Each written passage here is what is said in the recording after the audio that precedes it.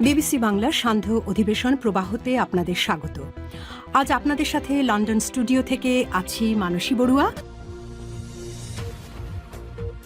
বাংলাদেশের সর্বশেষ গুরুত্বপূর্ণ আপডেট সংবাদে আপনাকে স্বাগত। শুরুতেই সংবাদ শিরোনাম, পরে বিস্তারিত। প্রথমেই জানাবো আমাদের হাতে থাকা সর্বশেষ গুরুত্বপূর্ণ সবথেকে তাজা আপডেট সংবাদ। আওয়ামী লীগের ভবিষ্যৎ কোন দিকে? হাসিনার মৃত্যুদণ্ডের পর চলছে নানা রকম আলোচনা। আওয়ামী লীগ সভানেত্রী শেখ হাসিনার মৃত্যুদণ্ডের পর দলটির ভবিষ্যৎ রাজনীতি কি হবে? দেশের রাজনীতিতে এ নিয়ে চলছে চুলচেরা বিশ্লেষণ। দলটির সমর্থকদের পাশাপাশি সুধী সমাজের মধ্যে প্রশ্ন উঠতে শুরু করেছে আওয়ামী লীগের ভবিষ্যৎ অন্ধকার। আওয়ামী লীগের নেতৃত্ব কার হাতে থাকবে সে বিষয়টি নিয়ে চলছে নানা রকম জল্পনা কল্পনা। অনেকেই বলছেন নারায়ণগঞ্জের সাবেক মেয়র আইভীকে দেয়া হতে পারে দলের দায়িত্ব, আবার কেউ বলছেন সাবের হোসেন চৌধুরী পেতে পারেন দায়িত্ব, কেউ বা বলছেন আগামীতে সাবেক স্পিকার শিরীন শারমিন চৌধুরী দলের প্রধান নেতৃত্বের দায়িত্ব পালন করতে পারেন। অবস্থায় শেখ হাসিনা না থাকায় আওয়ামী লীগের ভবিষ্যৎ অন্ধকারে পড়েছে। এরপর জানাবো হাসিনাকে ফিরে আনতে মূল ভরসা ইন্টারপোল। বন্দি প্রত্যর্পণ চুক্তি অনুযায়ী সম্ভাবনা খুবই কম। ছাত্র জনতার গণ অভ্যুত্থানে ক্ষমতাচ্যুত আন্তর্জাতিক অপরাধ ট্রাইব্যুনালে মৃত্যুদণ্ডপ্রাপ্ত সাবেক প্রধানমন্ত্রী শেখ হাসিনাকে ভারত থেকে ফিরে আনতে মূল ভরসা ইন্টারপোল। পুলিশের এই আন্তর্জাতিক সংস্থাকে ইতিমধ্যেই 2 দফা চিঠি দিয়েছে সরকার, কিন্তু এখনো কোনো সাড়া পাওয়া যাচ্ছে না। এদিকে কারাগারে অসুস্থ হয়ে আওয়ামী লীগ নেতার ঢাকা মেডিকেল কলেজ হাসপাতালে মৃত্যু। গাজীপুরের কেন্দ্র কারাগার কাশিমপুর হাই সিকিউরিটি কারাগারে মুরাদ হোসেন 65 নামের এক আওয়ামী লীগ নেতা অসুস্থ হয়ে মঙ্গলবার বিকাল 4টার দিকে অচেতন অবস্থায় কারা কর্তৃপক্ষ ঢাকা মেডিকেল কলেজ হাসপাতাল ঢামেকে নিলে দায়িত্বরত চিকিৎসক তাকে মৃত ঘোষণা করেন। ঢামেক হাসপাতালের পুলিশ ফাঁড়ির ইনচার্জ পরিদর্শক মোহাম্মদ ফারুক তার মৃত্যুর বিষয়টি নিশ্চিত করেছেন। জানাবো ভারতকে হারিয়ে 18 কোটি মানুষকে খুশি করেছি বললেন হামজা চৌধুরী। 22 বছর পর মঙ্গলবার রাতে ভারতের বিপক্ষে বিশাল জয় পেয়েছে বাংলাদেশ। 2003 সালের পর এই প্রথম বাংলাদেশ 2025 সালে ভারতের জাতীয় ফুটবল দলকে হারিয়েছে। দীর্ঘ অপেক্ষার পর দেশের 18 কোটি মানুষকে খুশি করতে পেরে উচ্ছ্বাসিত দেশের প্রতিটি মানুষ। এবং সর্বশেষ জানাবো পটুয়াখালী 3 আসনে নির্বাচনের ঘোষণা দিলেন ভিপি নূর। গণ অধিকার পরিষদের সভাপতি ডাকসুর সাবেক ভিপি নুরুল হক নূর আগামী জাতীয় সংসদ নির্বাচনে পটুয়াখালী 3 দশমিনা গলাচিপা আসন থেকে প্রার্থী হওয়ার ঘোষণা দিয়েছেন। আজ দশমিনা উপজেলায় গণ অধিকার পরিষদের আয়োজনে এক জনসভায় তিনি গণ অধিকার পরিষদের প্রার্থী হিসেবে ট্রাক মার্কা নিয়ে তিনি এ আসনে প্রতিদ্বন্দ্বিতা করবেন। এ সময় তিনি সবার সহযোগিতা কামনা করেছেন। আর এই আসনে বিএনপি থেকে এখনো কোনো ব্যক্তিকে প্রার্থী দেয়া হয়নি। সম্ভবত এখানে জোট থেকে প্রার্থী অর্থাৎ ভিপি নূরকে বিএনপির পক্ষ থেকে মনোনয়ন দেয়া হতে পারে। প্রিয় দর্শক, এতক্ষণ শুনছিলেন সংবাদ শিরোনাম, এবারে বিস্তারিত। তবে তার আগে বন্ধুরা অনুরোধ থাকবে এই সংবাদটিতে একটি লাইক দিন। এই চ্যানেলে আপনি নতুন হয়ে থাকলে আমাদের সংবাদটি দেখতে দেখতে চ্যানেলটি সাবস্ক্রাইব করে রাখুন। কমেন্ট করে বন্ধুরা আপনার মূল্যবান মতামত জানিয়ে দিন আপনি বিশ্বের কোন দেশ থেকে বা বাংলাদেশের কোন স্থান থেকে আমাদের সংবাদটি দেখছেন এবং শুনছেন। আর বন্ধুরা সংবাদটি আপনার সোশ্যাল মিডিয়া ফেসবুকে শেয়ার করে বন্ধুদেরও দেখার সুযোগ করে দিন। গাজা যুদ্ধে আপনি যদি নিরীহ ফিলিস্তিনিদের ভালোবেসে থাকেন কমেন্টে ইয়েস লিখে বিশ্ববাসীকে জানিয়ে দিন। এবারে বিস্তারিত। আওয়ামী লীগের ভবিষ্যৎ কোন দিকে? শেখ হাসিনার মৃত্যুদণ্ডের পর চলছে নানা রকম আলোচনা। আওয়ামী লীগের সভানেত্রী শেখ হাসিনার মৃত্যুদণ্ডের পর দলটির ভবিষ্যৎ রাজনীতি কি হবে? দেশের রাজনীতিতে এখন এ নিয়ে চলছে চুলচেরা বিশ্লেষণ। দলটির সমর্থকদের পাশাপাশি সুধী সমাজের মধ্যে প্রশ্ন উঠতে শুরু করেছে আওয়ামী লীগের ভবিষ্যৎ কি? দলটি কি টিকে থাকবে? থাকলে তার নেতৃত্বে কে তাকে নেতৃত্ব দেবে সেই প্রশ্ন সামনে আসতে শুরু করেছে। বলা হচ্ছে শেখ হাসিনার রাজনৈতিক মৃত্যু ঘটেছে কারণ শেখ হাসিনার মৃত্যুদণ্ডের বিষয়টি নিয়ে আওয়ামী লীগ যাই বলুক না কেন এটাই এখন বাস্তবতা।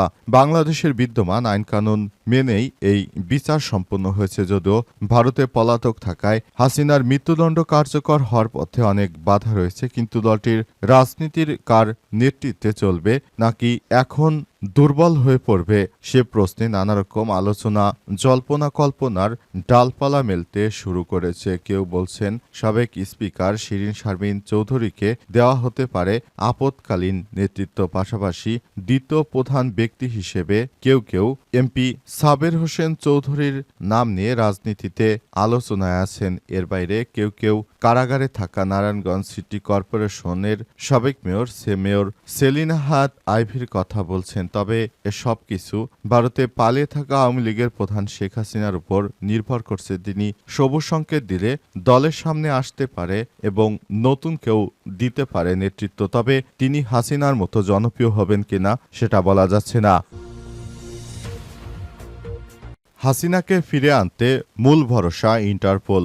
বন্দি প্রত্যাবর্তন চুক্তি অনুযায়ী সম্ভাবনা খুবই কম। ছাত্র জনতার গণ অভ্যুত্থানে ক্ষমতাচ্যুত আন্তর্জাতিক অপরাধ ট্রাইব্যুনালে মৃত্যুদণ্ডপ্রাপ্ত সাবেক প্রধানমন্ত্রী হাসিনাকে ভারত থেকে ফিরে আনতে মূল ভরসা ইন্টারপোল। পুলিশের এই আন্তর্জাতিক সংস্থাকে ইতিমধ্যে 2 দফা চিঠি দিয়েছে সরকার, কিন্তু এখনো কোনো সাড়া পাওয়া যাচ্ছে না। এরপরও আবার চিঠি দেওয়া হবে। এই চিঠি দেবে বাংলাদেশ পুলিশের ন্যাশনাল সেন্ট্রাল ব্যুরো এনসিবি।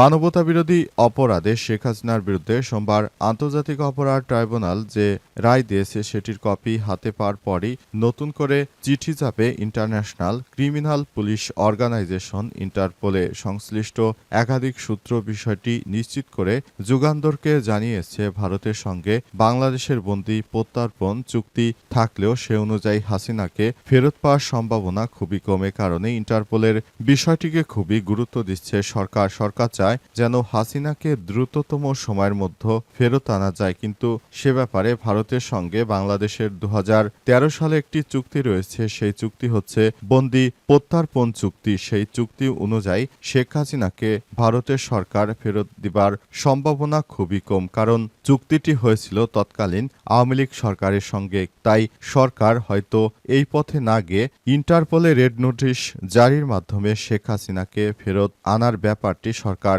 সর্বোচ্চ চেষ্টা করবে এবং সরকার দ্রুততম সময়ের মধ্যে শেখ হাসিনাকে ফেরত এনে তারপর তার রায় অর্থাৎ মৃত্যুদণ্ড কার্যকর করতে চায়। কিন্তু ইন্টারপোলেও শেখ হাসিনা পালিয়ে যাওয়ার পর থেকে 2 বার রেড নোটিশ জারির কথা বলা হলেও আদতে এ বিষয়ে কেউ কোনো কথাই বলেনি। আগামীতে শেখ হাসিনাকে ফেরত আনা একরকম দুরূহ ব্যাপার হয়ে দাঁড়ালো। কারাগারে অসুস্থ আওয়ামী লীগ নেতার ঢামেকে মৃত্যু।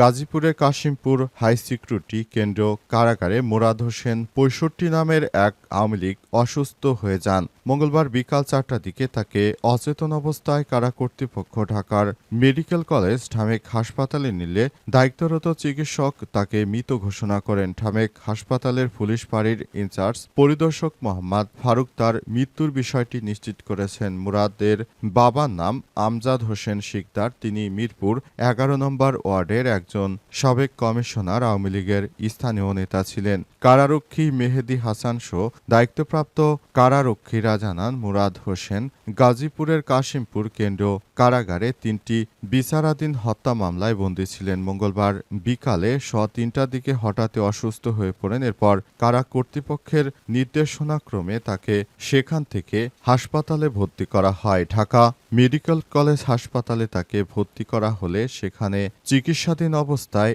এই নেতা মারা গেছেন। দীর্ঘদিন ধরে তিনি শেখ হাসিনা পালিয়ে যাওয়ার পরই সেনাবাহিনীর হাতে ধরা পড়েন এবং দীর্ঘদিন ধরে তিনি বাংলাদেশের কেন্দ্রীয় কারাগার গাজীপুর কেন্দ্রীয় কারাগারে তিনি বন্দী ছিলেন এবং সেখানে বন্দী থাকাকালীন তিনি জামিনের জন্য বেশ কয়েকবার আবেদনও করেছিলেন। তবে বিচারকরা শুনানি শেষে তার জামিন নামঞ্জুর করে। অবশেষে তিনি চিরতরে জামিন পেয়ে মুক্তি পেয়ে গেলেন। অবস্থায় বর্তমানে তার লাশ ঢাকা কেন্দ্রীয় কারাগারে আবার হস্তান্তর করা হবে এবং সেখান থেকে আত্মীয় স্বজনের কাছে তার দাফনের জন্য লাশ হস্তান্তর করা হবে বলে বিভিন্ন সূত্র থেকে বিষয়টি নিশ্চিত হওয়া গেছে। ভারতকে হারিয়ে 18 কোটি মানুষকে খুশি করেছি।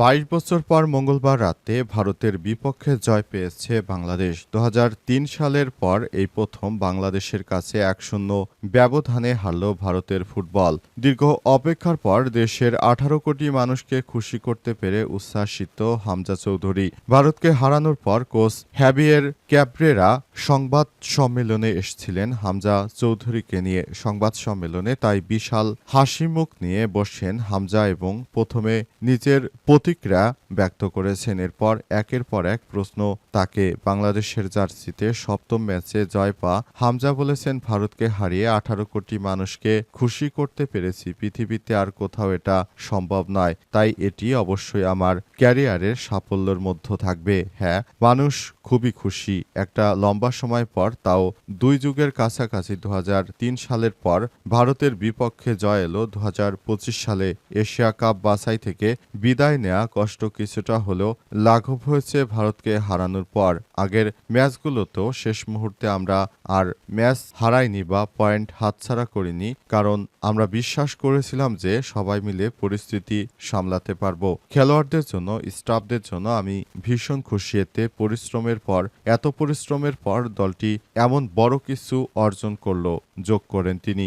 আপনি কেমন অনুভব করছেন এই প্রশ্নের জবাবে হামজা বাংলাতেই বললেন, খুব ভালো লাগছে, আলহামদুলিল্লাহ আমরা জিতেছি। আমি তো আসলে ক্যাম্পে একেবারেই শেষে যোগ দিয়েছি।